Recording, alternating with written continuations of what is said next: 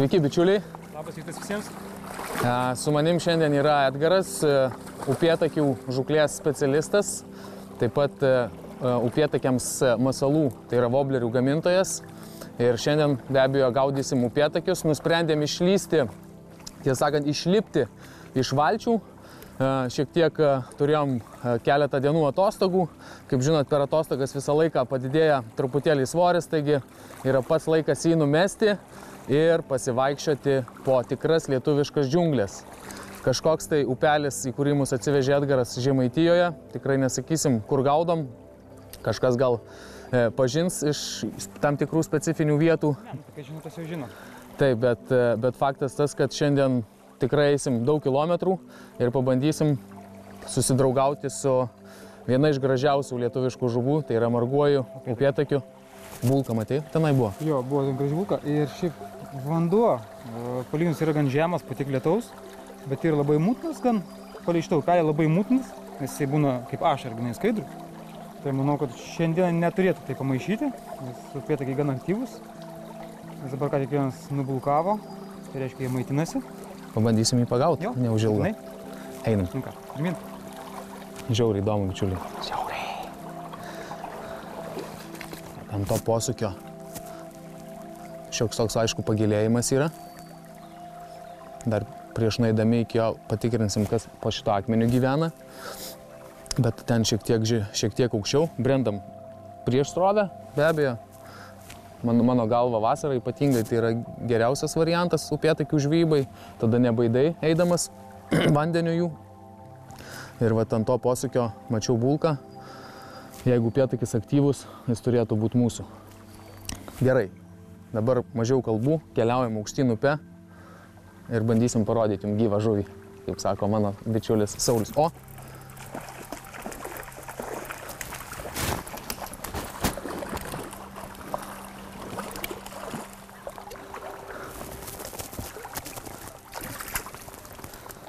Štai ir pirmasis.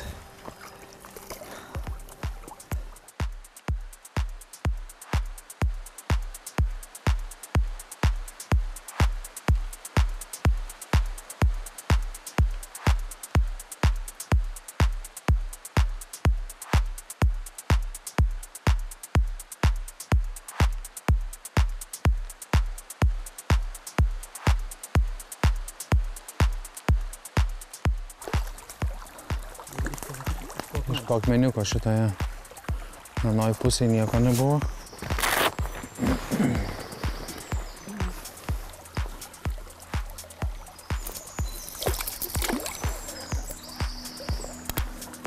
Masalo keitimas pasiteisino.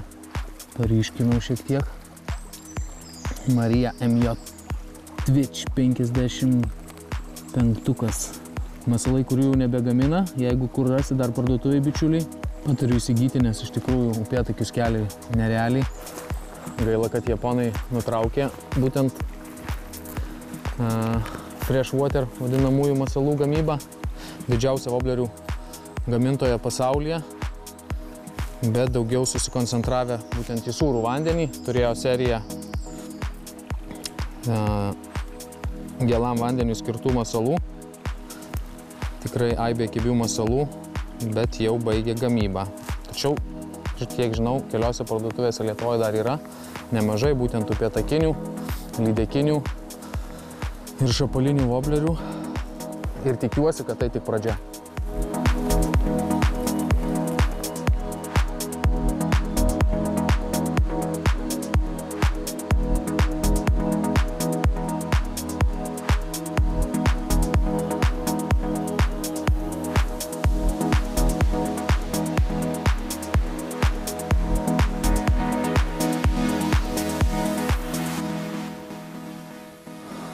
Nu ką, matomai reikia keisti savo vieną iš geresnių vobleriukų, nes vanduo yra gerokai pasidrumstęs. Man atrodo, šitas taip nesimato. Vat Edgarui pirmas kibimas ant balto matinio vobleriuko. Ir ta matinė balta spalva žymiai geriau permuša. Iš po to akmens. Bet tai gavo į dantis ar ne?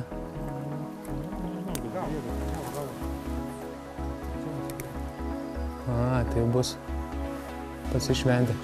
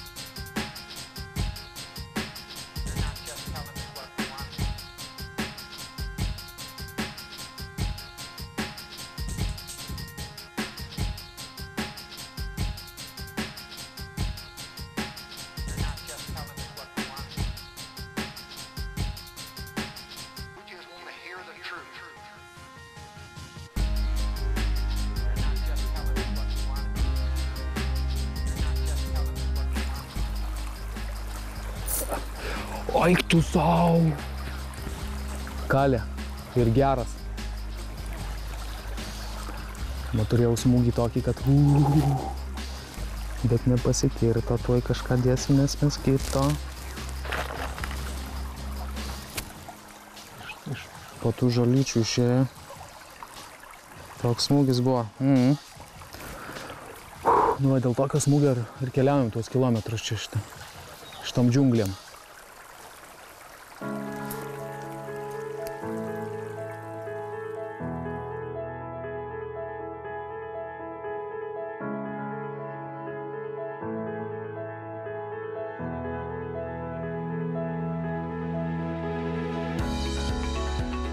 Kol kas esam pasisveikinę su keletu nedidelių upėtakiukų. Ir aišku, tikimės bent jau kažko virš 30, virš 40 cm. Šitoje vietoje panašu, kad toks buvo. Deja, nesėkmingai. Pažintis su juo įvyko, nepasilabinom kaip reikalas. Bet galvos nenuleidžiam, keliaujam toliau. Šiek tiek reikalų, sakyčiau, mums trukdo gana drumstas vanduo. Ir panašu, kad iš vienos pusės kaip ir gal būtų gerai, nes upėtakis tada netoks atsargus, prasčiau mato žveją, bet kartu prasčiau reaguoja ir į masalą. Tai vat bandom prisitaikyti prie tų sąlygų. Aišku, labai gerai matau, kad po truputį užslenka debesys ir diena nebus tokia visiškai šviesi ir ryški, tai turėtų mums pridėti taškų. Bet be abejo matysim viską, kaip čia mums seksis dar po keletų kilometrų ir kažkokias išvadas galėsim padaryti. Šios dienos planas, jeigu kalbėti bendrai, tai norim praeiti upėtakinį ruožą ir paskui galvojam, pailsėsim dieną, nuvažiuosim papietauti ir ant vakaro dar vieną upę patikrinsim, kur galbūt pavyks suvilioti vieną kitą šapalą. Tokia bus šiandien pažintis su Žemaitijos upėmis ir jose gyvenančiom žuvim. Duodame šeriam, starkiam, lydekom pailsėti ir norim pagauti kažką šiek tiek kito, ne taip labai įprasta mūsų laidoms. Upėtakis, šapalas, manau, dar bus įdomybių tikrai.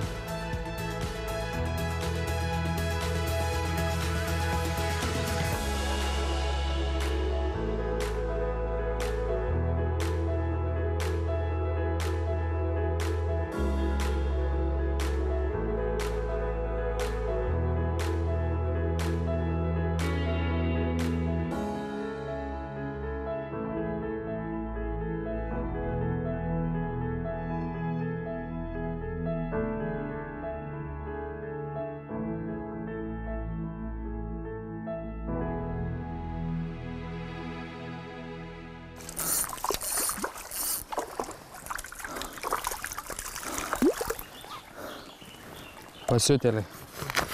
Iš po žolyčių.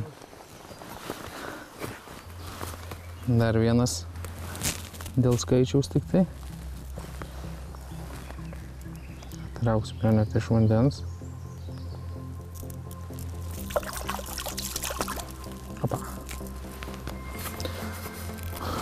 Na, faktas tas, kad nereik bijoti ir didesnių woblerių. 7 cm, pakankamai masyvus masalas. Kaip matėt, mažyliai. Nespjauna jį ir užsidėjau be abejo jį, tikėdamasis kažko rimtesnio.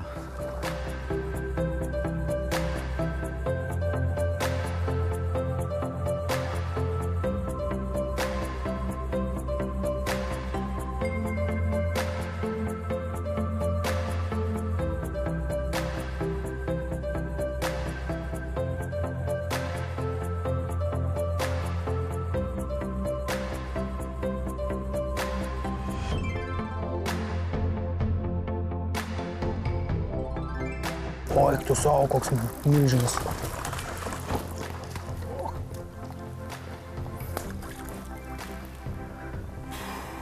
Prabiškai užforsavai tu į čia.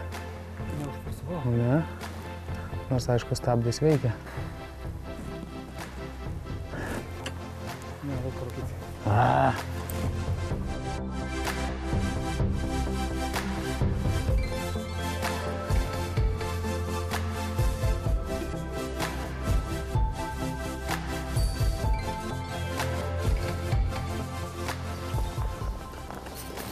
Yra. Geras.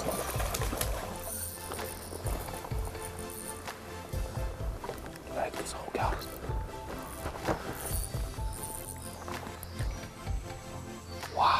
Wow, jebra. Va dėl šito jau galima sakyti, kad mes ėjom taip ilgai. Gražu valia. Techniškai. Opa! Aišku, ne pats didžiausias, bet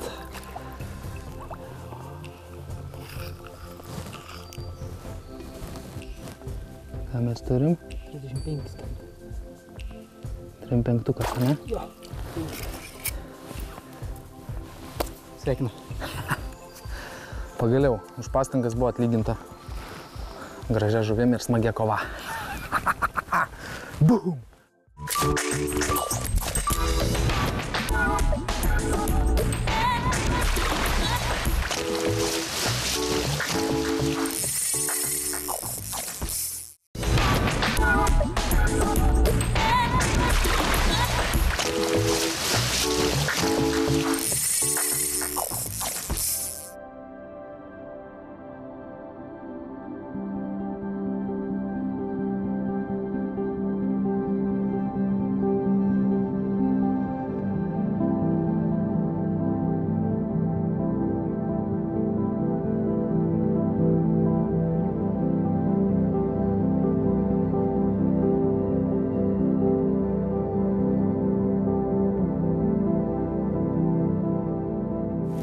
Kurį laiką gaudžiau didesniais masalais, 7-ukais, bet nereagavo. Ir prisiminiau vieno savo bičiulio žodžius, kad visgi vasarą gal jie, kai daugiau maitinasi vabzdžiais visokiais ir taip toliau, mažesniais masalais, nusprendžiau vis dėlto grįžti į penktą dydį, 5 cm vobleriuką.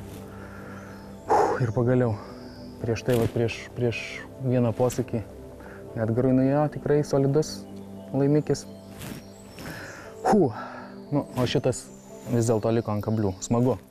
Dar šiek tiek turim upės šitos. Keliaujam toliau. Gal dar koks vienas kitas susigundys.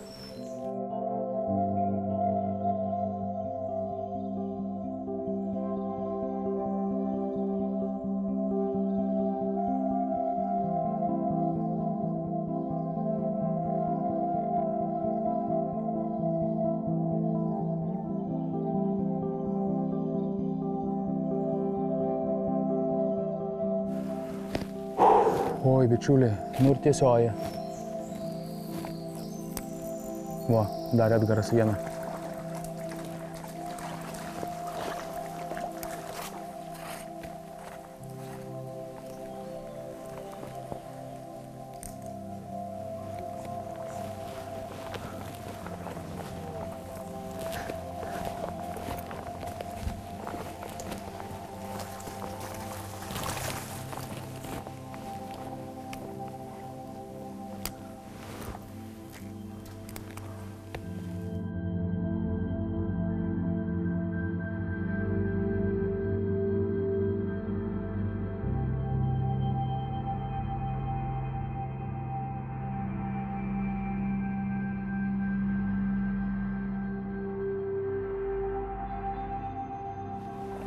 Va, fantastiška tiesioji.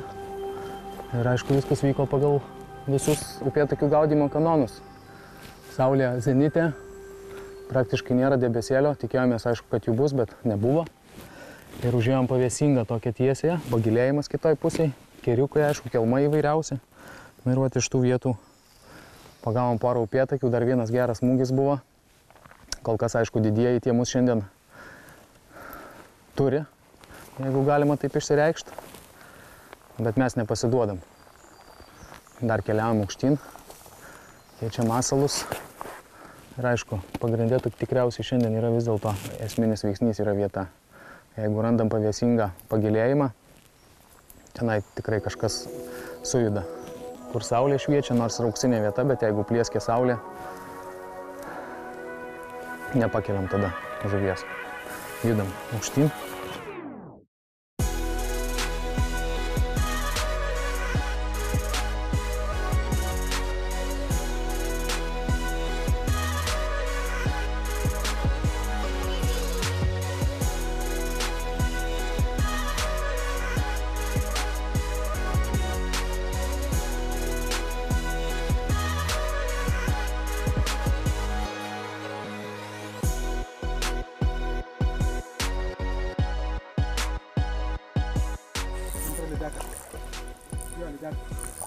Dar į kerą įlindo. Upėtakis, geras. Lemba, apimšakas. Nepaleist.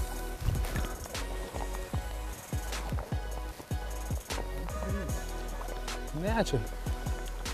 Prarijus tai kaip kad prarijus, žinai. Nieko neprarijus.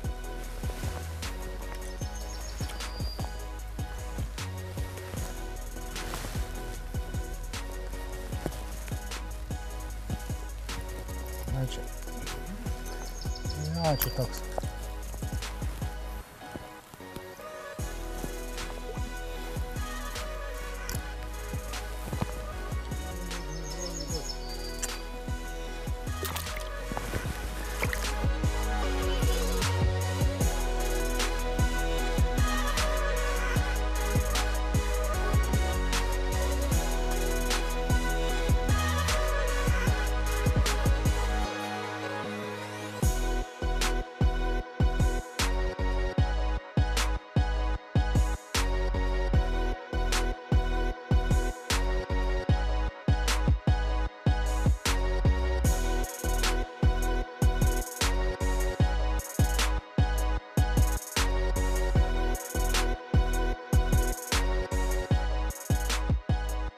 Keliaujam upė aukštyn ir porą žodžių apyrankį norėčiau tarti. Na, jau jis apkalbėtas ne vienoj mūsų laidoj, tik Tralgo 66. Vieną momentą, į kurį norėčiau atkreipdėmėsi, tai gaudant štai tokiose nedidelėse upėse, kai pagrindė yra brendama, o neeinama krantu, aš būtent rekomenduočiau 1,80 m, 2 m ilgio spinningą, nes nereikalingi tolimi metimai, nereikia iškišti tarp krūmų, kažkur tai meškerykočio galiuko, kad užmesti. Paprastai viską matai, arba esi prie pat vandens, arba esi vandenį ir šakos kai kada pasvirus aš virš vandens. Ir būtent tokiose vietose ilgesnio įrankio nereikia. Vat galbūt kolegos, kur gaudo Aukštaitijoje, Dzūkijoje, kur bebrynuose, kur atviros vietos, kur reikia nedabridus, netgi nedaėjus iki kranto paduoti masalą iš toli labai, tada reikalingas ilgesnis spinningas. Šiuo atveju 6 pėdos 6 coliai per akis. Ir na štai šis tai fantastiškai tvarkosi su bet kokiu upėtakiu, lankstus, liaunas, greitas, būtent to, ko reikia. Na, o ryte rekomenduočiau, aišku, rinktis greitesnę, nes žvejyba vyksta prieš srovę metant ir masalas traukiamas kartu su srovė, tai perdavimas maždaug 6:1 būtų reikalingas. Na ir ši Abu Garcijos Revo MGX būtent tokį ir turi, irgi puikiai kloja valą. Gaudom su pintais valais abudu. Kažkaip neturim tos mados gaudyti su monofilamentiniu upėtakius. Kai kas gaudo su monofilamentiniu, na, aš pasirišęs fluorokarbono pavadėlį, tikiu, kad upėtakis jo nemato. Tačiau vis dėlto, mano galva, ne tai svarbiausia upėtakiui, svarbu, kaip tu prieini prie tam tikros vietos ir ką tu paduodi. tam tikrų metų, kai parenki masalą priklausomai nuo apšvietimo ir nuo vandens skaidrumo. Ką, einam dar, patikrinsim porą posūkių.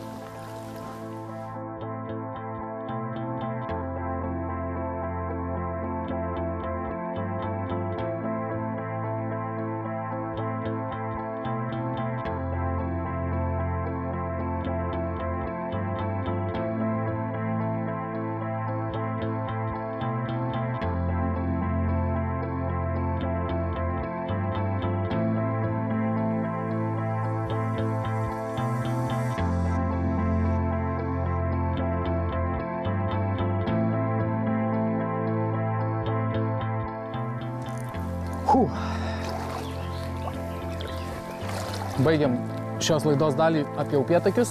Važiuojam papietauti. Kur važiuojam? Valgy. Manau, kad važiuojam į Pakalnutę. Suvalgysim po rimtą porciją galingų šonkaulių, pailsėsim ir ant vakarinio šausim į kitą upę. Pabandyti suvilioti Žemaitijos plačiaburnį šapalą. O dabar pertrauka.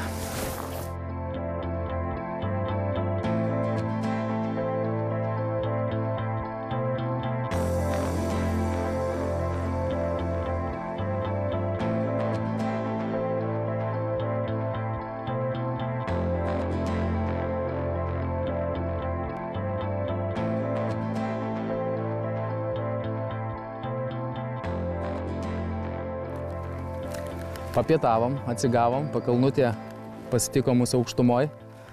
Operatorius tokią porciją šonkaulių sukapojo, kad dabar iki 10:30 filmuos ir nieko mums nesakys, kad eitumėm namo. Taigi esam naujoj vietoj. Pasiėmiau kitą įrankį, šiek tiek galingesnį, šiek tiek ilgesnį, nes Minija upė, kaip žinia, yra gerokai platesnė už tą, kurioje buvom iš ryto. Na va, susisuksiu šviežią valą pintuką. 0,8 pagal japoniškus išmatavimus. Niekur neskubam, kaip matot, olimpiniai vietoj buvo visų žvejų nemėgstami svečiai, bet jie irgi turi teisę į savo pramogas.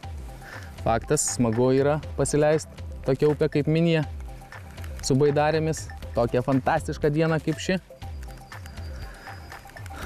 Bet jie gaudė.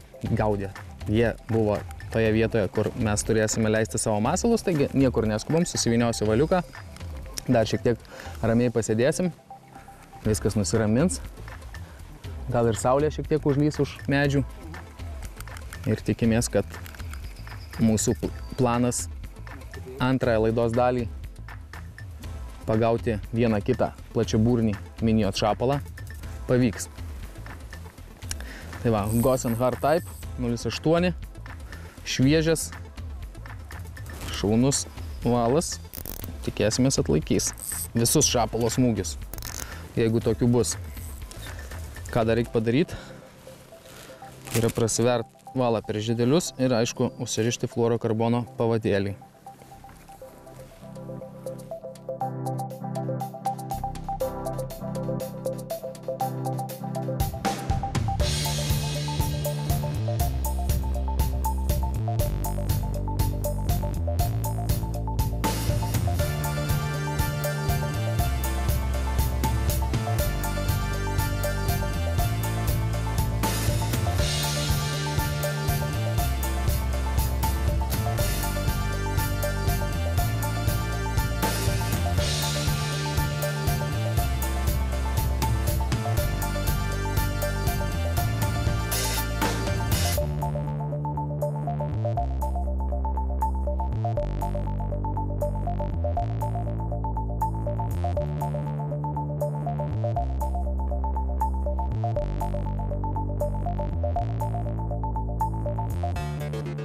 Nu va, Edgaras atrinko keletą voblerių pradžiai žvejybos, kurie nuo jo turėtų būti žudikai. Aš sakyčiau, pasitikėsiu pradžioj va šituo, kuris jau man yra padovanojęs ne vieną šapalą.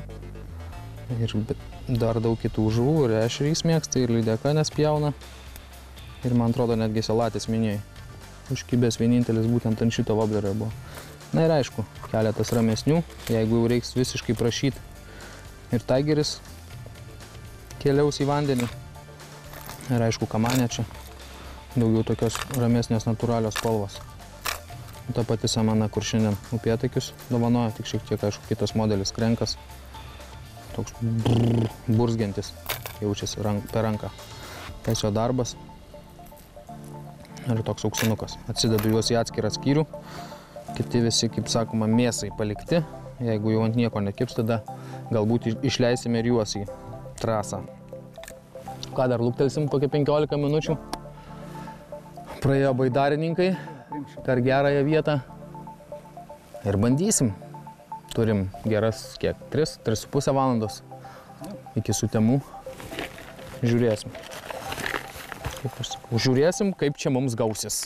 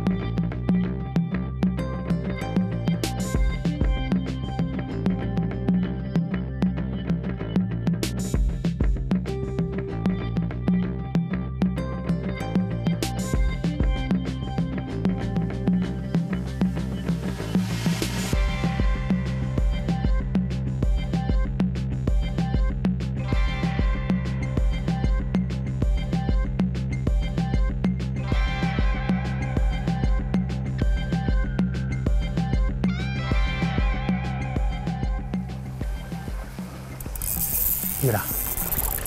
Kas ten, ne upėtakis?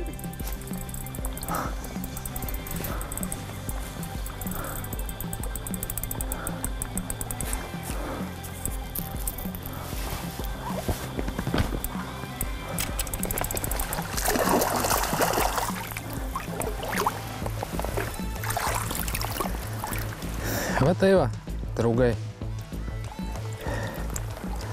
Norėjom šapalų, bet kimba tik upėtakiai šiandien mums nepaleidžia mūsų netgi čia.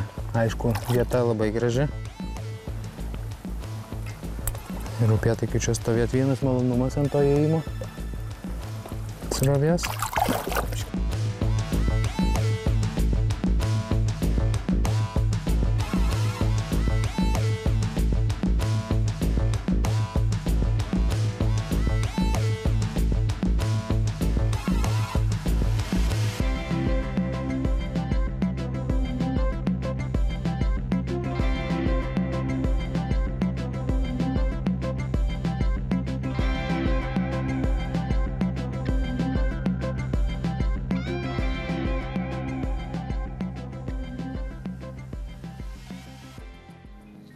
Turbūt, kad viskas, bičiuliai, ką šiandien norėjom parodyti jums.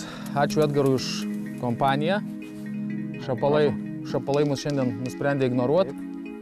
Tačiau net minijoje užkibo dar vienas upėtakis. Na ką, turbūt šiandien reikėjo tik tiesiai susikoncentruoti, gaudyti juos, bet norėjom parodyti jums daugiau įvairesnės medžiagos ir pagaudyti dviejose skirtingose upėse.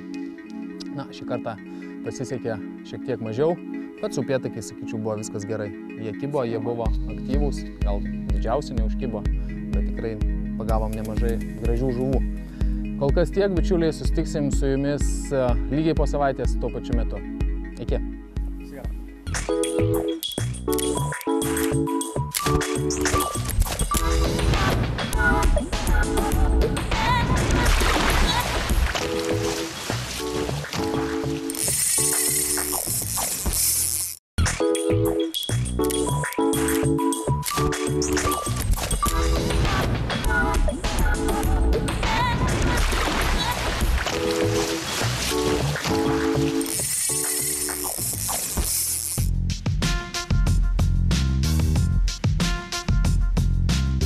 Na, tęsime temą apie laivybas ir šiandien su manim Darius, laivyno ekspertas, ir kalbėsime apie priekabas. kaip teisingai kateris turi atsigulti ant priekabos, kaip teisingai katerį pritvirtinti prie priekabos, kad neatsitiktų kažkoks nelaimingas atsitikimas. Ir dar keletą svarbių niuansų ir patarimų, kaip saugiai transportuoti katerį, kaip teisingai nusileisti, pasikelti, nesužalojant nei katerio, nesužeidžiant, nesugadinant priekabos. Taigi, Dariau, pradėk. Sveiki, gerbimieji laivybos mylėtojai. Ir kaip visada, šiandien laivybos rubrikoje yra kateriai. Ir šiandien pašnekėsime apie priekabas ir jų transportiravimą ir sureguliavimą jūsų kateriui. Kaip pavyzdys, šis mūsų draugas įsigijęs Alumacraft Classico katerį priekabą susireguliavo pats. Ko pasiekoje didelis svoris atgulė ant priekabos vidurinės ašies, o ant šoninių ratukų buvo tik tai šiek tiek apkrovos. Todėl grįžus po keleto žvejybų mes pamatėme, kad riedėdamas kateris supjaustė, sugadino vidurinės ašies ratukus, taip pat sulinko, sulūžo priekinis priekabos atraminis ratukas ir žmogus nuliūdęs jau galvojo apie pačios priekabos pakeitimą. Tačiau mes turėdami tam specialią įrangą, keltuvą ir specialistus, sureguliavome ir sutvarkėme priekabą taip, kad dabar jisai galės puikiausiai, saugiai eksploatuoti esamą priekabą. Kadangi šis kateris buvo modifikuotas, jame buvo įdėtas variklis, priekinis variklis, prie kurio ėjo du galingi akumuliatoriai, kurie pakėlė svorį virš 100 kg gale. Dėl to jo svoris labai išaugo nuo to, kas buvo pirminėme variante. Tada mūsų specialistai dadėjo daugiau šoninių atraminių ratukų, kas paskirstė katerio svorį tolygiai per visus atramos taškus. Dėl to priklausomai nuo katerio formos, svorio ir centro balasto išdėstymo labai svarbu, kad būtų sureguliuotas svoris tolygiai. Kaip pavyzdys, priekyje pas jį buvo labai didžiulis svoris ant priekinio kablio ir priekinio atraminio priekabos ratuko. Šis ratukas turi būti tiek apkrautas svoriu, kad vienas žmogus dar galėtų jį pakelti. Tai yra apie 50-60 kg. Šiuo atveju, kadangi viso komplekto svoris yra didžiulis, tai mes pakeitėme iš 150 kg išlaikančio atraminio ratuko į 250 kg atlaikantį atraminį ratuką. Taipogi norėčiau atkreipti dėmesį į variklio padėtį transportiravimo metu.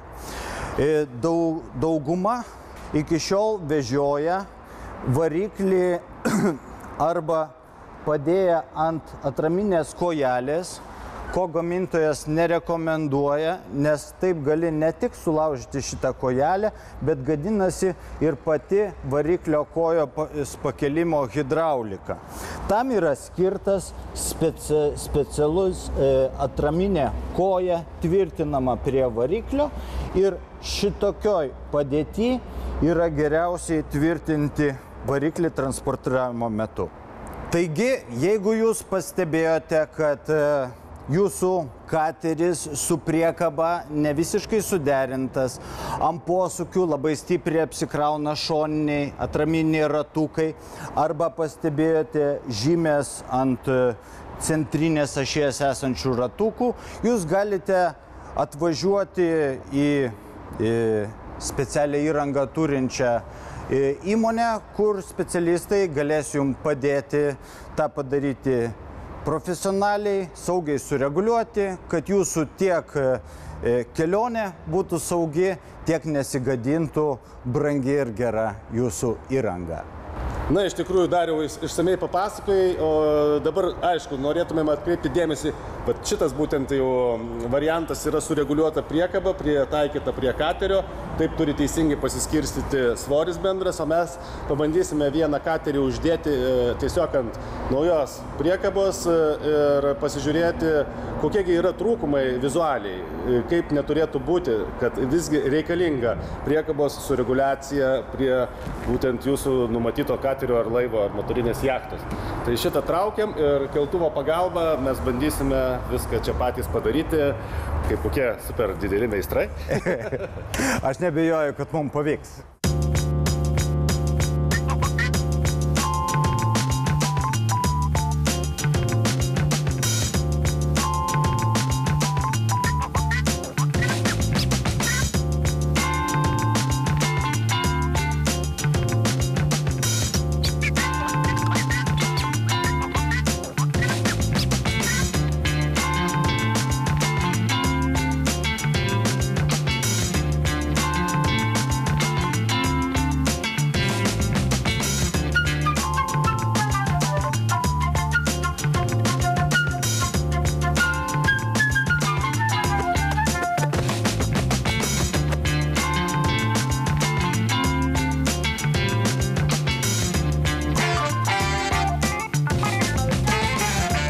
Va matai, Sauliau, šiuo atveju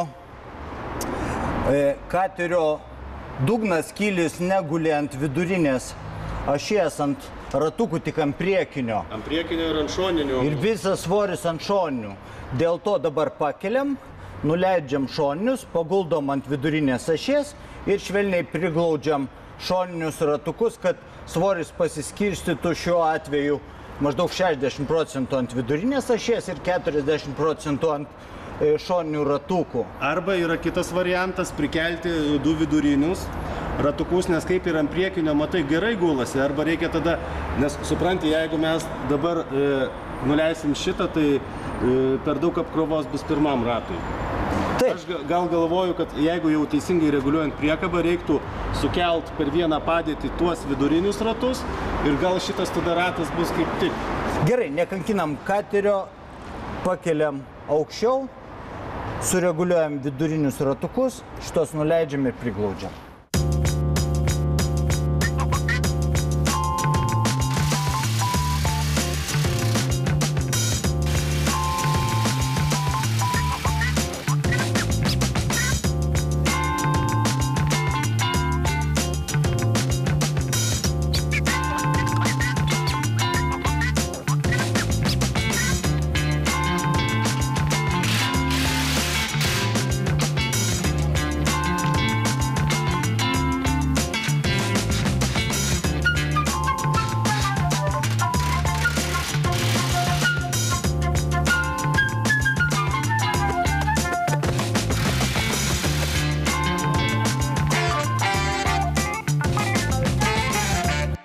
Na, kaip mat, tai iš tikrųjų nėra taip jau labai paprasta sureguliuoti tą priekabą ir įsivaizduokite, jeigu tai reiktų daryti kažkur ant ežero, tai reiktų nuleisti katerį, išsitempt katerį, nuleisti. Pareguliuot, po to ir labai tas be atitinkamų keltuvų pakankamai yra sudėtinga padaryti. Daug atramos taškų, be abejo, svorį paskirstyti gan sudėtinga, jeigu neturėtų geros įrangos. Nes kitaip yra tikrai pakankamai gadinama ir priekaba, jeigu netolygiai pasiskirsto, ir daug sunkiau yra išsitraukti arba nusileisti katerį. Tai va, tokie yra pastebėjimai, atkreipkite dėmesį, kaip jūsų kateris guli ant priekabos. Džiugu, kad vieną kartą padarei gerai profesionalų rankomis ir visą laiką gali būti ramus dėl šito klausimo. Taigi, tiek apie tokias priekabas ir apie būtent sureguliavimą prie atitinkamo katerio. O dabar pereiname prie paprastesnių priekabų, kurios skirtos yra labiau pripučiamam valtim arba aliumininiam. Arba nedideliam plastikiniam valtelėm. Štai čia mes matome pagrindinės priekabas nedidelėm valtims.